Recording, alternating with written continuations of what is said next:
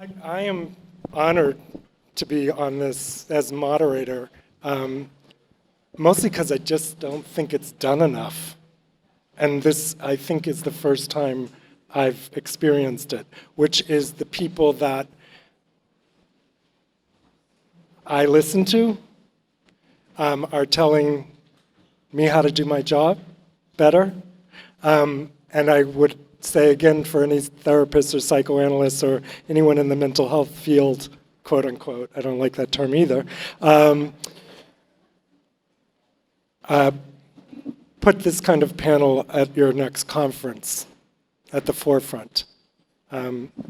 So we're going to go fast. I want to thank all of the panelists because they've sent me stuff that is just so rich, and they had to bring it down to 10 minutes each, which is 5 pages. So great job, under a lot of stress.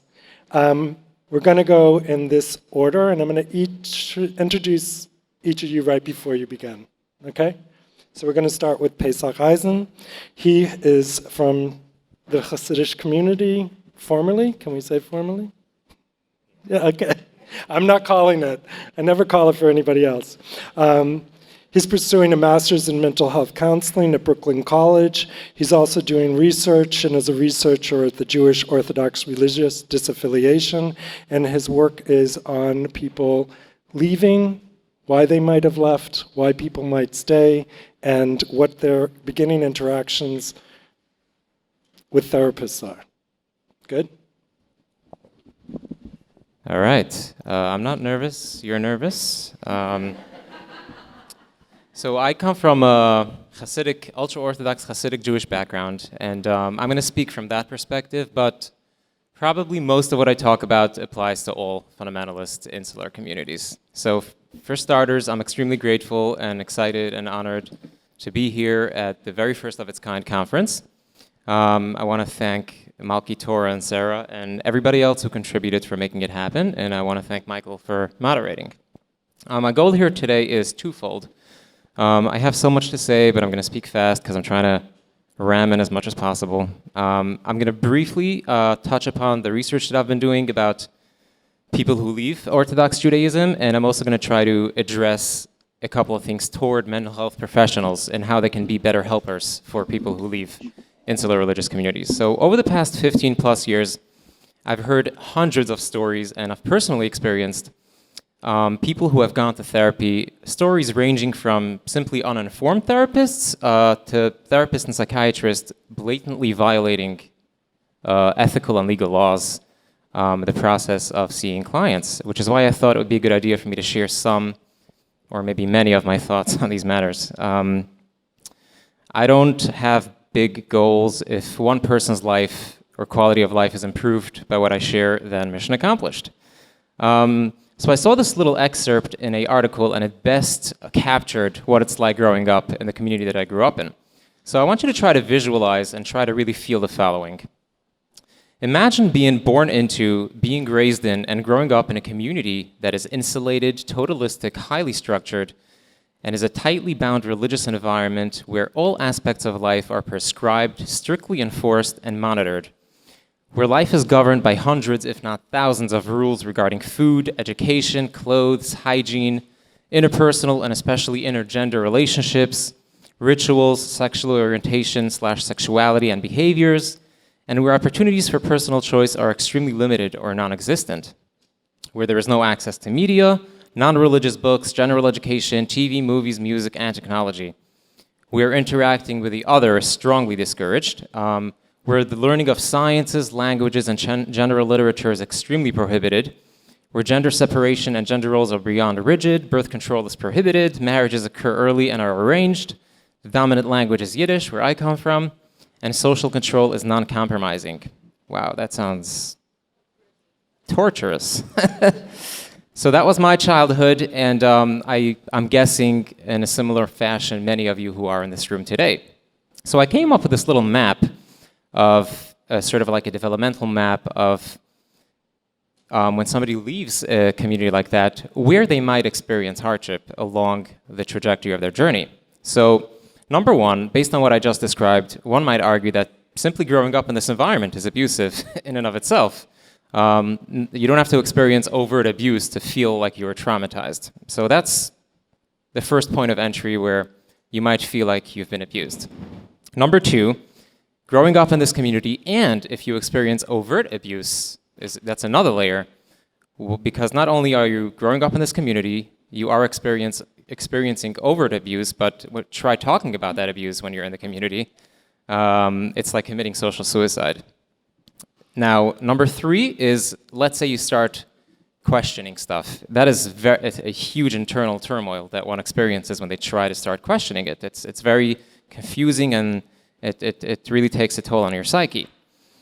Then, when you try raising these questions, you have this external pressure coming at you: discrimination, resistance, gaslighting, the guilt tripping, and shutting down. Then let's say after all of that, you actually decide to start leaving. So even if the lifestyle you experienced wasn't abusive, even if you didn't experience abuse, when you actually leave, you do experience abuse in the process of leaving. Oftentimes, individuals who leave religion, especially from very insular and extreme religious sects, they're mocked, misunderstood, ostracized, belittled, gaslit, shamed, guilt-tripped, pathologized, and shunned, both individually and on communal levels. And in the most extreme cases, as we've heard, they're driven to suicide or even killed, sometimes by their own flesh and blood. Then, once you leave and you enter society at large, which is the final blow, you experience massive internal and external challenges, ranging from redeveloping your identity, developing moral code, and logistical stuff like finding housing, financials. So along the journey from point A to point Z, there are so many different layers where one might experience mental health issues. And I think that for mental health professionals, it's extremely important when somebody comes into their room to be able to pinpoint where on this map the person is referring to that the mental health issues that they're experiencing. Now, I'm going to briefly go over my research in a minute or two. I'm working on understanding why people leave religion. There's very little research done on this in terms of the Orthodox Jewish community. And the little research that there is no control group. So what I'm working on is asking the same questions of people who have left and people who are still in, and try to compare how they differ. So that's what I've been working on. Why is this research so important? It's extremely important because without an objective understanding of what's happening, all these myths are spreading of why people leave, and the whole concept of leaving is stigmatized. And by doing research and by getting a more objective understanding and by hearing the actual voices of people who are leaving, the stigma diminishes and we are better able to help them. So I'll just point out the number one most standout factor that I found in my research. So we asked 30 people what they perceived while being Orthodox Jewish. So half of the group was people who were born Orthodox Jewish and then left, and half of the people were people who were born Orthodox Jewish and remained Jewish. So compared to 50% of the people who remained Orthodox, 100% of the people who left said that they experienced Orthodoxy being restrictive. And that's a big reason why they left, which I feel goes very well along with the theme of today's conference. These individuals, 100% of these individuals experienced like they didn't have the choice or autonomy to be themselves, to go down their own path. They felt that the life and framework that they were existing in was extremely restrictive. And I found a lot of other interesting things, but we have so little time. Feel free to come to me later, and I'd love to nerd out with you on this. So this is, I'm addressing mental health professionals right now. Many surveys and studies show that as the years go on, people are leaving religion by the millions, and it's constantly going up. The trajectory is rising, and it's growing exponentially. So this is a fact. At some point in your career, if you're a mental health professional, especially if you practice in New York City or any high-populated urban environment, an individual who left a fundamentalist religious community will walk through your door. And there is very little literature. There's zero training with cultural competence when it comes to religious disaffiliates. In the world, there are when you study cultural competence in your program, they teach you about the LGBTQ plus community, they teach you about the Asian community, they teach you about the African American community, but there is zero teaching about a demographic that's rising and how to treat them, how to deal with them. And I feel like something should be done about that. And when people come to you like that, I've heard too many stories where people have gone to therapy and it just did not go well because their therapist was incompetent or unethical. What should I skip? Okay, so there's a couple of things that I think therapists should keep in mind when they see somebody that comes from a insular religious community. These people will have challenges in interpersonal and romantic relationships. They will have intellectual and moral confusion. They might be going through custody and divorce battles. They might have lost their children. They will definitely experience financial difficulties, loss of employment, their business. They might experience homelessness. They might have been to a therapist in the past within their community who acted completely unethical or was unlicensed. So they might be just traumatized and triggered by the entire concept of therapy. They might not even speak English well, where I come from. They have no dialogue or no lingo to explain their internal experience, because in Yiddish you can't really communicate a lot of introspective stuff.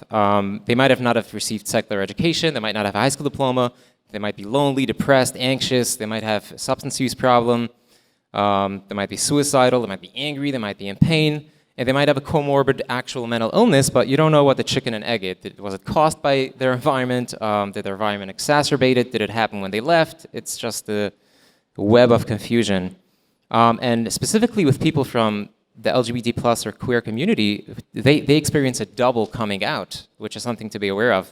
Not only are they coming out as heathens, but they're also coming out from the closet, which is a double whammy, and that is extremely important to be aware of. People who leave insular communities are very vulnerable to exploitation as well, which is something to be aware of. Confidentiality. If you think confidentiality is important just in regular therapy, these people might be killed if anyone finds out they are in therapy. So confidentiality is super important. And something else to keep in mind is what we call in the closet double lifers, people who they present as religious, but in their head they're complete atheists. And when they walk into a room, it's important to be familiar with that. And I'm not even going to get into when a minor comes into your office and says they don't want to be religious anymore. You know, where's the line between cultural humility, children's rights, autonomy, religious abuse? Like, it's it's just a big mess. So I'm going to finish it off with, I'm part of this Facebook group with over 3,000 people who have left Orthodox Judaism. And I asked them a question. If there were only one piece of wisdom, knowledge, or insight you could impart on a therapist working in the world with clients like you, what would you tell them? So I'm just going to read a couple of answers that really stood out to me. The first one was, ask questions if you don't understand something we mention. Show an interest in understanding our experience and get to know what it's like, because in order for us to heal from the trauma, they really need to feel and relate to it. Another one that somebody said was, I feel like I grew up in a cult. When I walk into the office with a therapist, I say, hey, I grew up Orthodox Jewish, they don't really understand how intense it was. And I feel like it's important for therapists to understand that it's a cult-like experience. Every single thing about my life was controlled. I had zero choices. Hold on. And I'm going to quickly say some things that I think therapists should keep in mind. I want therapists, when they see people walk in who left Orthodox Judaism, to change their internal narrative from a defeatist, because when people leave, they've given this narrative that if you leave, you're going to fail. So I want them to work on flipping that upside down and empowering their clients. Also, the whole concept of self-work, self-growth, working on yourself, pursuing your authenticity, it's a very foreign concept to most people who leave insular communities. Okay, and please do your homework. Become familiarized with trauma, read memoirs of people who have left the religion, do research. And if anybody wants to know about resources for many different various faiths that you have left, you can come over to me later. I have a whole list of resources, and I'm going to finish it with this. Bottom line, if you're a mental health therapist and somebody comes into your office who is in the process of leaving the faith or has left the faith, if any part of you wants them to get religious again, please refer them to a secular colleague. Thank you very much.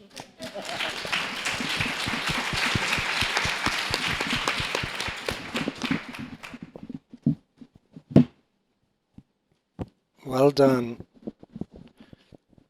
Our next speaker is Nitai Joseph. He left Hare Krishna. He's pursuing a master's degree at the University of Salford. He's studying coercive control and subjugation, which I think we've been talking about all day. Thank you. I have the PowerPoint, so I'm going to stand up. Forgive me, I might get a little more technical than some others, but I'm going to try to be quick. I'm really happy to be here. I'm really happy to be here in part because I realize I might be the only person speaking from a non-Abrahamic background, so I'm happy to contribute that perspective some. I am going to speak both from my personal experience and from the studies I've been doing, which is a degree in the psychology of coercive control. So a lot of these themes have come up throughout the day, and I'm going to try to stay on what I was planning to talk about because there's so many attractive things, but I think clarity is a really important part of what we're talking about. A lot of times individuals don't even have the words to convey to the uninformed therapist what happened to them. And so I also want to speak specifically about this psychological framework developed in 2018 called the Power Threat Meaning Framework, which I think has a lot to offer for people like myself in similar situations. Very quickly, on my background, born and raised on the fringes of the Hare Krishna movement. It seems a theme to leave school in 8th grade here. That was somewhat coincidence for me, but the founder of the movement said secular schools were like slaughterhouses of the soul. So my mom was happy for me to leave public school. Then at 18, I became very devout. My brother had already done so, and I joined an ashram or a temple and lived as a monk, and I was the personal servant to the guru for almost 7 years, traveling often. And then at 26, I left, and I began studying at Columbia, where Torah went, which is how I found out about this network. But for various reasons, a lot of them my personal background, that environment wasn't ideal for me either, even though it was prestigious and rigorous, and I was able to find a program that allowed me to study coercive control. And right now I'm finishing a systematic review of basically how people experience healthcare after coercive groups and relationships, be those religious, human trafficking, intimate partner violence, etc.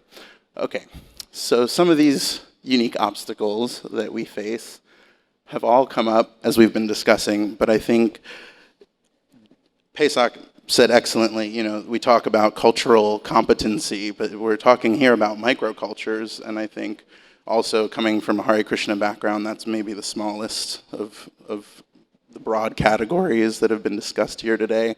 So there's very little. Our Facebook group has 30 people, so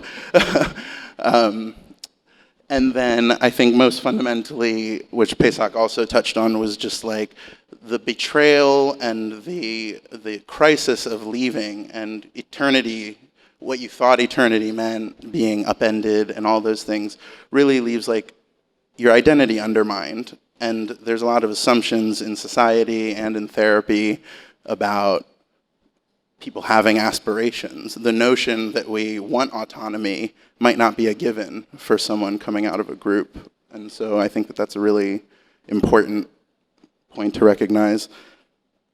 Moving on. So, okay. The ways the power threat meaning helps address some of these issues. It is free. The long form, the summary, and a standalone appendix, and this is philosophically by design because the authors believe that knowledge of mental health should be available to people and not kept. It's culturally adaptable, as I mentioned. This one, it speaks of psychological distress as opposed to mental illness, and I think you spoke about not liking diagnoses. And language is very important. Psychological distress is something we all experience. It occurs on a spectrum. We assume it's contextual usually, but when we speak about mental illness, that changes. And there's a category, and there's the stigma that comes along with that. So the power threat meaning, I think, helps address that. And then in bold at the bottom, I have it recognizes power that is exercised to undermine the means to make sense of your own experience. And I think that's some of the crux of what we're discussing here. And in the framework, they call that ideological power. And that's what I'll focus on as I go. This is just the basic premise of the framework. How, if someone walks through the door, this is the questions they ask. What happened to you? How did it affect you? What sense did you make of it? And what did you do to survive? And without going into detail, I think what's important is to recognize the assumptions that are different that underlie these points. So the assumption is there's a reasonable context to your distress. Your experience of that is essential to understanding it and like rectifying it. And that what we typically speak of as symptoms, they call threat responses. So here we're thinking, these are symptoms of extreme situations, not symptoms of abnormal individuals. So moving on, I'm not gonna go through all this, don't be afraid. But in the framework, they identify these different scales of power. It's not exhaustive, and they talk about how power operates both positively and negatively in life. And so I'm just gonna speak about a few of the negative ones. This chart is filled in with my life experience. This is me. So in terms of biological power, I'm gonna look at my notes for this. Extreme labor, we lived off-grid, food and sleep deprivation. In our tradition, a lot of physical displays of obedience, be that bowing to the guru multiple times a day. As his assistant, I would like massage his feet often, which is like a kind of Indian cultural, spiritual power trip. Legally, we were either involved in or party to what I've come to understand over time are crimes. And one of the speakers earlier mentioned about like religious groups having rights when they're not committing crimes. And one thing that I've realized is the crimes are a lot more common than we might think, specifically once I came to understand what racketeering is. And it's a pattern of small crimes committed for the benefit of an enterprise. So I was labor trafficked by definition, and it took me years to understand that. I was party to identity theft, immigration fraud, forging documents, all these things that can seem minor, but once you get the big picture, it's like, wow. And economically, one of the reasons I was preyed upon by this guru was he knew that I had a college fund, and he, over the first 6 months of my involvement, cooked up a scheme to start draining that. And he succeeded. And so I was working 12 to 16-hour days and paying rent. And so that's messed up. And importantly, all of that is possible, in my view, because of the ideological power. Because when I was doing all of those things, they were good. My truest and my deepest awareness of my own values was that these things were good, that starving myself was spiritual, renunciation was valuable, subjugating oneself, really. And I think that a lot of what we're talking about today is the ways that autonomy is hindered. And I think most fundamentally, ideological power can turn freedom into enslavement. And you can think you're living the epitome of authenticity or freedom or whatever it might be, but that definition was programmed over time in you. So moving on, I want to just go through this point, which is how ideological power can undermine each of these other forms of power. So if you think on the left column, these are all forms of power that can be used positively. On the right, these are beliefs that Hare Krishnas tend to have that would negate these powers. So the body and senses being sinful, sickness is purifying. I forgot to mention, I was part of a measles outbreak in my 20s. That was interesting, and not fully vaccinated until I got to Columbia at 28 and had health insurance. And the doctor called me a tabula rasa, and I was like, that's great. This makes it even less nerve-wracking to be here. So anyway, moving on. Legal power, it's almost like a non-question, I think, in some groups, because the notion that the government has a good view on the world is not shared. economic and material. This is really heavy, I think, in Eastern groups and others, but like possessions are bad. I was a monk. I planned to be celibate for life. We lived in robes. So like, of course, you're not working towards any sort of aims or even concerned about the fact that your college fund is being depleted while you're involved.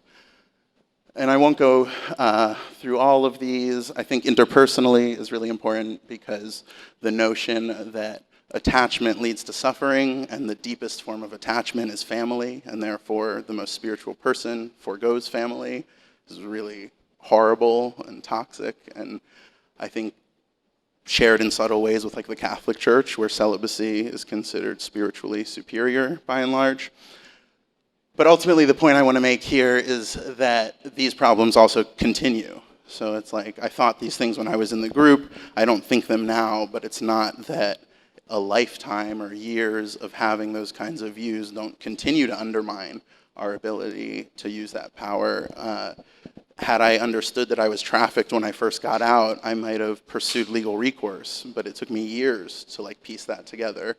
And so yeah, I want to speak to that. And then I have one last slide. 2 minutes, wow. Then I'll read the full text of this slide, even though that's annoying, forgive me, because this is kind of speaking to the purpose of this panel. This is my concluding words on how to help people. Those harmed in insular religious communities are victims of interpersonal and systemic abuses of power. They have had what should be one's most sovereign power, that of perception and meaning-making, turned against themselves and others. Even more so than other settings, helping those harmed in ideological communities requires an ethos of equality and a conscious effort to minimize the power imbalance intrinsic to relationships with helping professionals.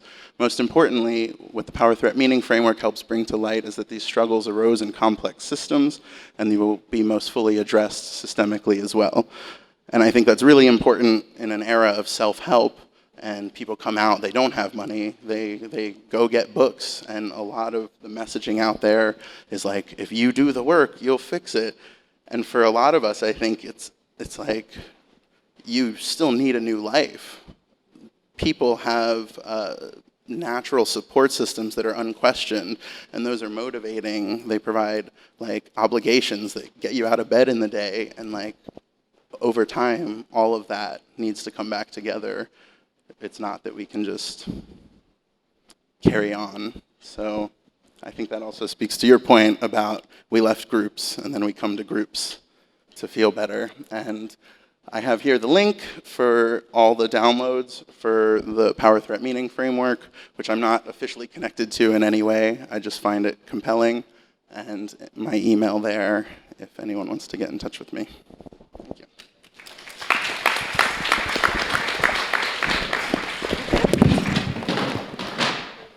Good? You good? That was the lightning bolt. I could share the break.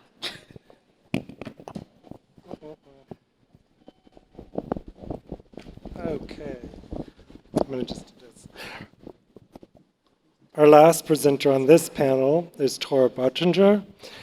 She leads the insular Amish community, and she's the founder of Amish Heritage Foundation and one of the co-developers of this conference. Thank you very much.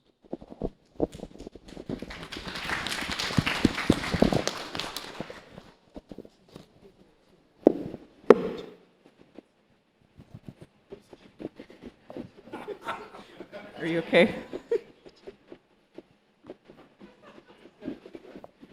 All right, we'll let him find that, and I'll start. So I'll just preface it with saying that everything you heard Pesach say is pretty similar to the Amish experience, including we speak a different language, we have limited education, and so forth. So I'll just read a bit of what I wrote.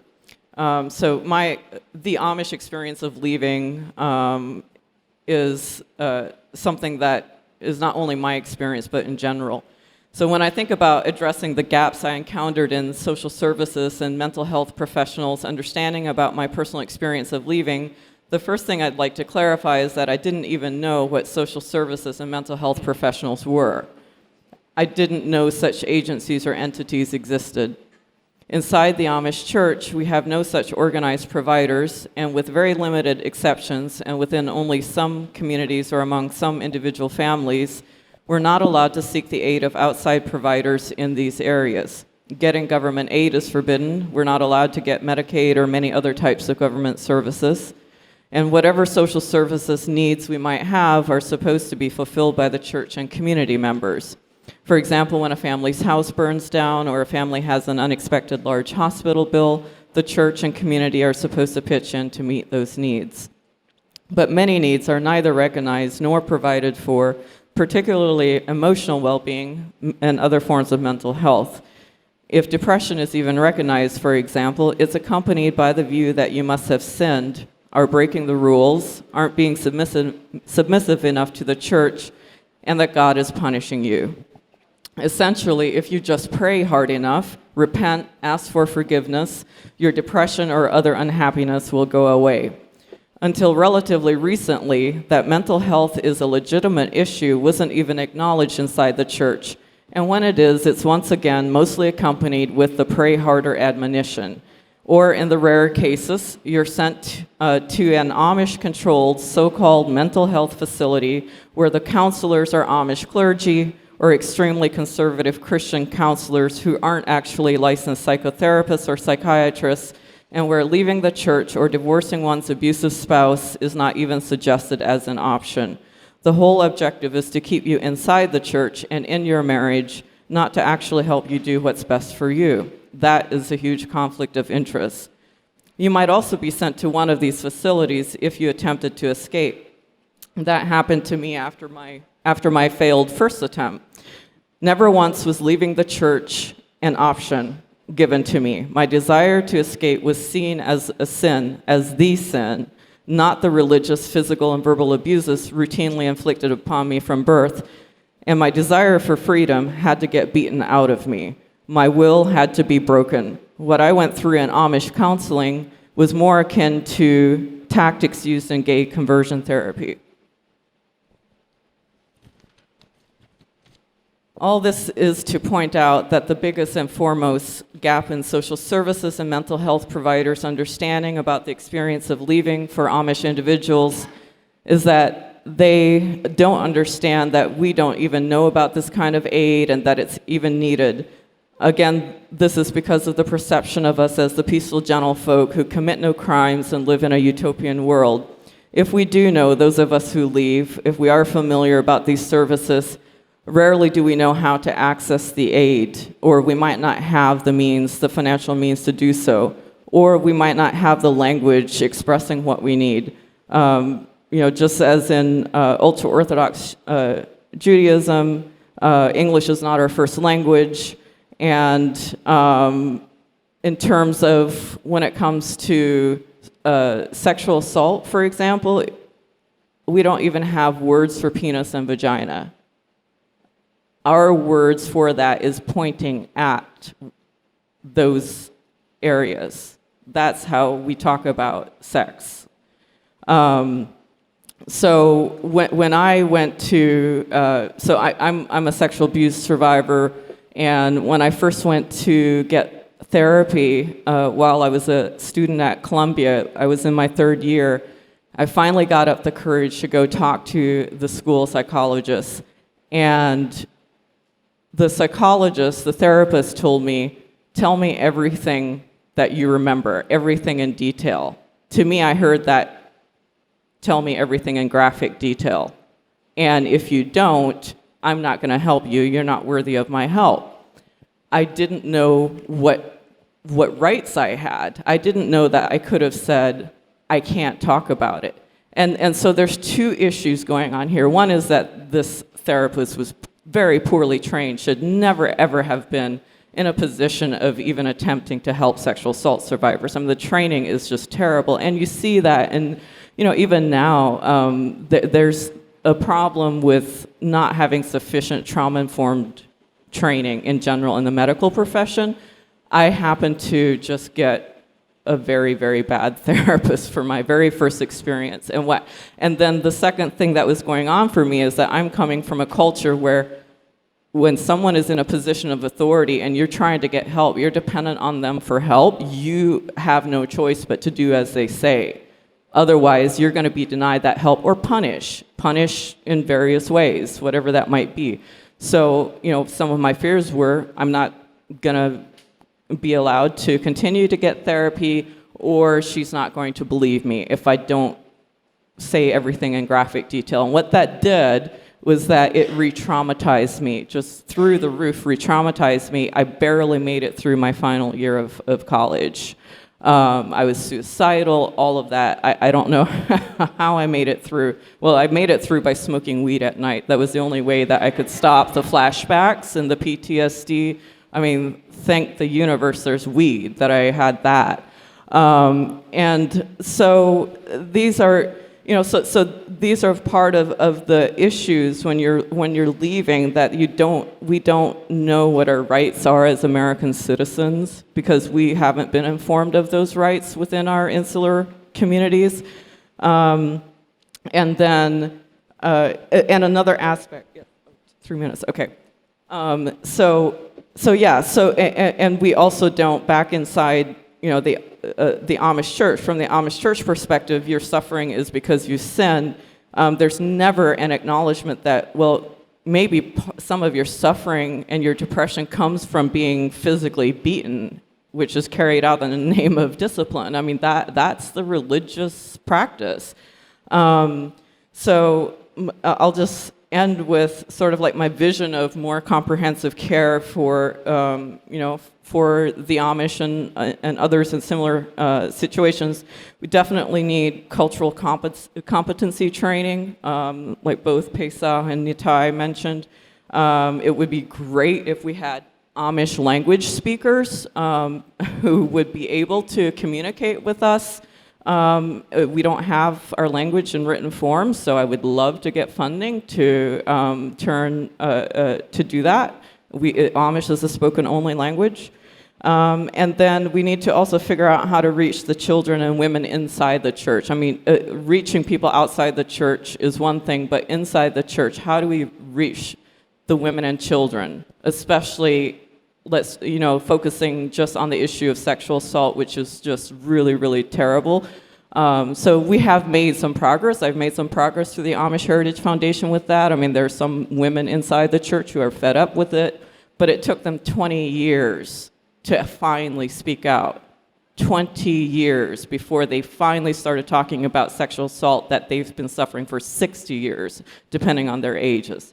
So that's sort of where I'm at with this. I know I'm out of time.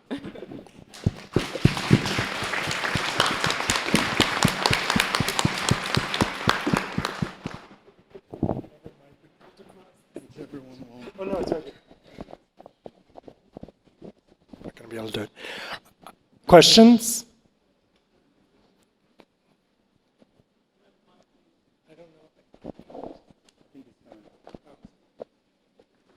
Thank you, yeah. Sure.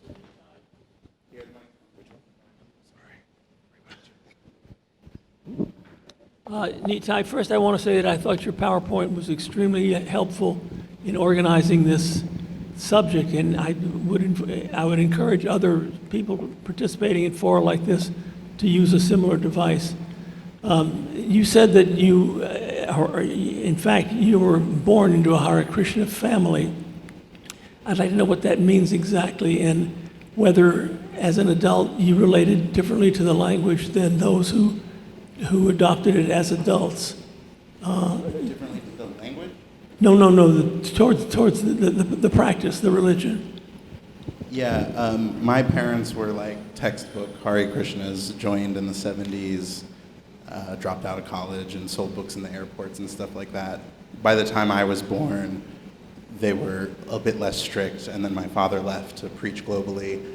I do think there's definitely differences between what they often call second generation Hare Krishnas internally and people who join. In my own experience, though, I feel like I kind of straddled both, because I wasn't very devout or like consciously devout as a child, and at 18, subjectively, I really had like a conversion experience. I left the main organization that's like the bona fide one, and I joined an offshoot. So it was almost like a conversion within the religion.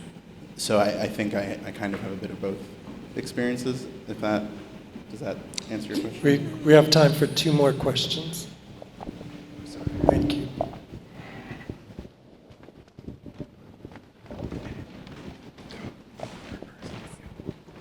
So I'm intrigued by this idea of trying to have a control group and to do a comparison. And I'm wondering how difficult it is to get people within the community to participate in that. That's a great question. I think that you answered the question. Basically, this is why nobody's done it, because it's nearly impossible to have people from within these communities first be interested in being studied and be honest, because they want to be seen favorably. So what I did, or what I'm attempting to do, is collaborate with an Orthodox Jew who is an ally to the cause of people who want to choose differently. And I'm hoping that they will be respected enough to people to listen to them and take it seriously. So that's my game plan. We'll see what happens. Thank you. One more? Yes, I applaud you for each pursuing your own path and persevering what you need to do to move this on.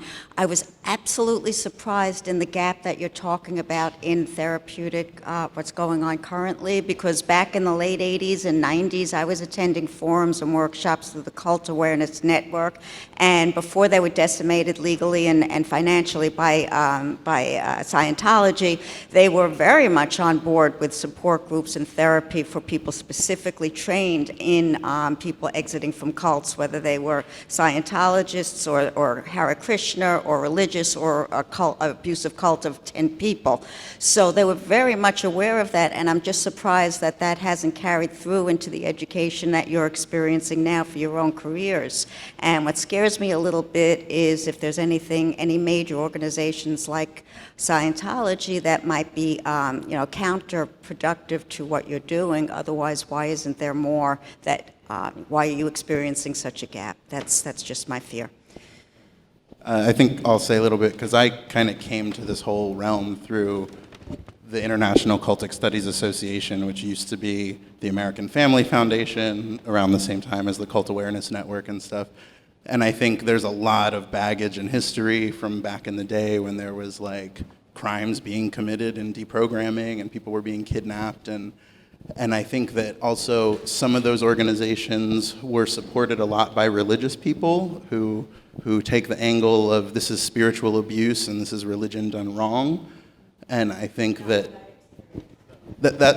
may be, but I just think that that's where some of it has failed to maybe integrate further into curriculums. And the course that I'm in, or that I'm finishing now, Psychology of Coercive Control, is started by a couple who's been in that Cult Awareness Network, loosely speaking, for decades. So.